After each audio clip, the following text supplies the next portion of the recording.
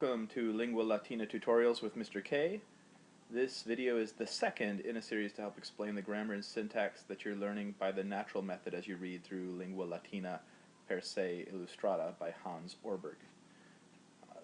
This video with its accompanying Pensvm are meant to support the Latine Disco text and to offer explanations of the major points of grammar and syntax in each chapter. Ideally, you should watch this video after and finish the Pensvm D after you've read the chapter and completed all the exercises. However, every learner is different and you may choose to watch this video during or at the beginning of your reading. As Cicero says, suum cuique. So watch the videos when you feel they're most opportune for you. So here we are with Lingua Latina. We're going to chapter 2, and I'm going to point out the grammatical features for you. So starting with line 1, I want to point out the use of unus. Unus, aum, is an adjective number that actually matches its noun in case number and gender. So you end up with unus vir, but you'd have una puella and unum oppidum. Not all numbers work that way, and you'll see some other numbers as the upper numbers, the numbers above 3, do not act that way for the most part. I want to point out in lines 1 through 3 the way that the men in the family are named. Notice the names in the top. You have Julius, Marcus, and Quintus, all with us ending names, and in the margin Davus and Medus. So one feature you notice of masculine nouns, nouns of men, is they end in us. Notice the women, Julia, Emilia, Sira, and Delia, all end in a. You'll notice that this is a feature of Roman nouns, that they have, Latin nouns have gender. Now gender, grammatical gender, does not mean men and women, but it is a grammatical feature of the noun itself. So insula, with the a ending, island, is in the same gender as Amelia and Julia. And fluvius is in the same gender as Julius, Marcus, and Quintus. So that is something you'll need to know with the nouns, that they have grammatical gender. Which ending don't you see for the names in this family? What you don't see is like oppidum. And so that gender is called neuter, because it doesn't apply to men or to women. So it is neither. That's what neuter means. Neither one. Neither men nor women have endings, names. So let's look at line 9 now, where we have an example of que. Delius medusque sunt familia Romana. Delia and Medus are, or this is the whole Roman family. So notice that this, at the end of the list, we have a que, which is acting just like et. Okay, so Delia medusque, at the end of this list, is Delia and Medus. It'd be the same as saying Delia et Medus. But the Romans like to tack this on. It's called an enclitic, and you see in the margin that dash que, a word plus que, is the same as saying et plus the word it's attached to. By the way, the word for conjunction, like this word, que, is conjunctiones in Latin, conjunctions, and it comes from conjungere, to join together. These are the words that join other words. Look at line number 10 here is another feature I want you to notice in this chapter, and it is here in this sentence. Julius pater Marci et Quinti est. Julius is the father of Marcus and of Quintus. This is a new case that you're learning in this chapter. Last chapter I mentioned something about case. That case is the ending that tells you what the function of the noun is. We're not used to this in English at all, but by seeing this Marci and Quinti, this long I on the end of the words, instead of Marcus and Quintus, as we learned their names originally, this tells you that they own something, or something is of them. So Marcus's and Quintus's father, the one that belongs to them, is Julius. Julius is the father of Marcus and of Quintus. So we can translate the genitive case as of plus the noun that's in that case. The next feature I want to show you is in lines 15 and 16, and that is the questioning words quis and quae. Quis est Marcus? Notice that this is a question without ne. Remember that we had est ne Roma in Italia. We said that ne means a question is coming. It is the question mark. But here we don't have it. So what is triggering the question here? It's an interrogative pronoun, quis. Quis and quae, which means who. Who is Marcus? Marcus is a Roman boy. Who is the father of Marcus? Julius is the father of Marcus. So notice that the quis and quae interrogative pronouns change based on who the question is about. So who is Marcus is masculine, so you have quis est Marcus. And who is the mother? Here we have the question at the bottom of the page. Who is the mother? We have a feminine, quae. Quae est mater. Who is the mother? The next feature I want to point out is on the next page at line 33. And it is right here where you see duo. The word duo are so we have one, unus a and here we have duo, but instead of duus a we have duo, duai, duo, because two, for one, is going to be plural only, because you have two of them. And notice it's different from any endings we've seen before. We have duo servi, two slaves, duai ancilai, two slave girls, and duo oppida, two towns.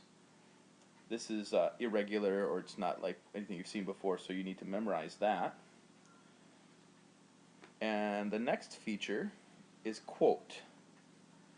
Quote is another interrogative pronoun like quis and quae, which you saw earlier, but it's asking a question about how many. It's asking for a number answer. Quot liberi sunt in familia. How many children are in the family? And then the answer, our number, is tres. In familia Julii sunt tres liberi. In Julius's family there are 3 children. So notice that tres.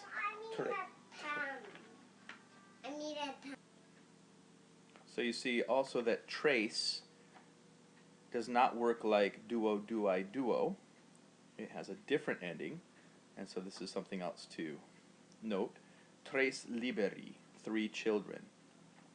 And you see the number centum here that does not change. So most numbers are like centum. Most numbers won't change their endings with the noun that they're with. They don't match the case number and gender, but unus, duo, and tres do, as does mille, 1,000. So now let's look at line 46, where we see another way of saying we have many of something. So many slaves. If we wanted to say there are many slaves in Julius's family, we could say multi servi in familia sunt, or we could say there is a great number of them, magnus numerus servorum. So servorum here is in the genitive case, genitive plural. So we saw the genitive singular in this chapter, and here we have a genitive plural. And numerus liberorum, the number of children, is small. So a couple examples of other ways of saying we have a large number of something or a small number of something, rather than saying multi or pauci. And so in this chapter, pay attention to those genitive endings, the endings that would trigger a translation of the thing, or an apostrophe s. So now we're going to look at line 54. And in this line, we see another example of trace and the way that trace is declined. We have trace liberi, trace literae, and tria oppida. So trace in the masculine and feminine has in the masculine feminine it is trace, and in the neuter it is tria. So the next feature I want to point out is in line 59, and that is the word keteri, ia. So here we see, in line 58, in Africa unus fluvius magnus est, nilus keteri fluvii Africae parvisunt. So in Africa there's one big river, the Nile. Keteri fluvii, the other rivers of Africa are small.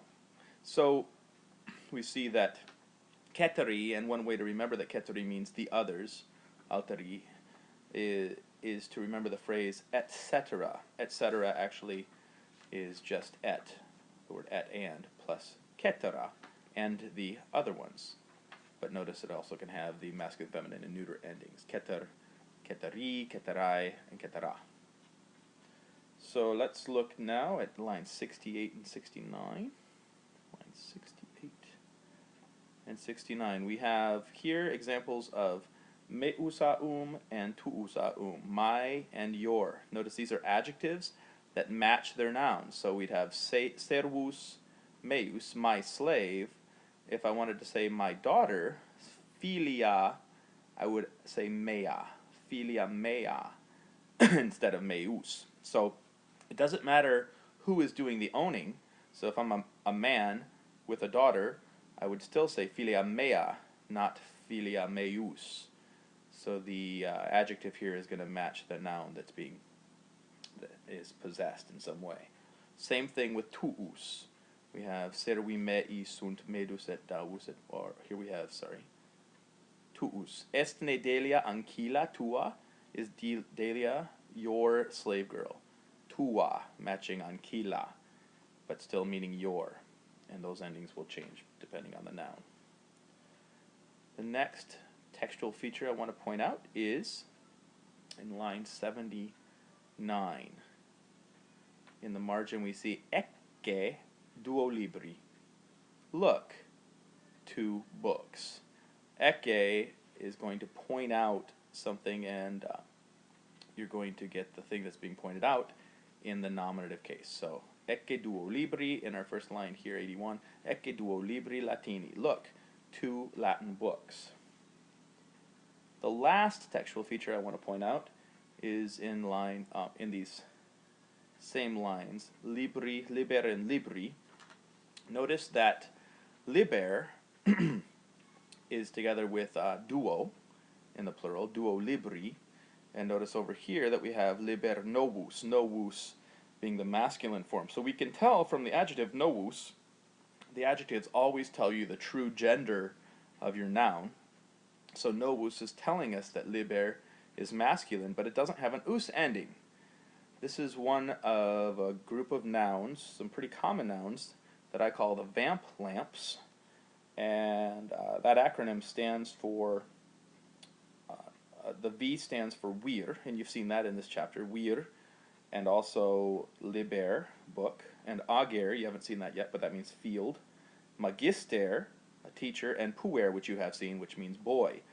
Those nouns all decline just like servus. They all have endings that are just like servus or fluvius, but the first form, their nominative form, their name form, ends in an ER.